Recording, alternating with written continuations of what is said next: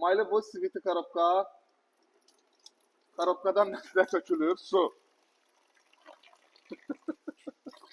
Bu da korobkanın içi. Bir resmen ben simdiyim. Suyla korobka bir yerde. Siviti korobkadır bu. 2019 usta.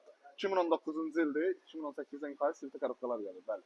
2019-cu ildə korobkanın su gedib, amma sürpriz hələ yuxarıdadır. Saxla. Maşının içindəyəm, həmən ki maylı bu. Suya bax. Hələ açmışıq ki, tökülsün yerə. Burada da həmçinin, bax.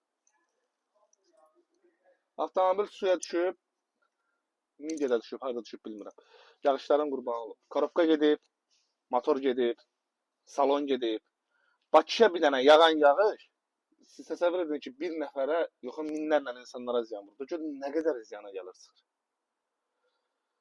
Nəsə, mən inanmıram ki, bizim kanalizasiya sistemimizdə problem var. Yəqin ki, turbalarda tıxanma olub ondandır.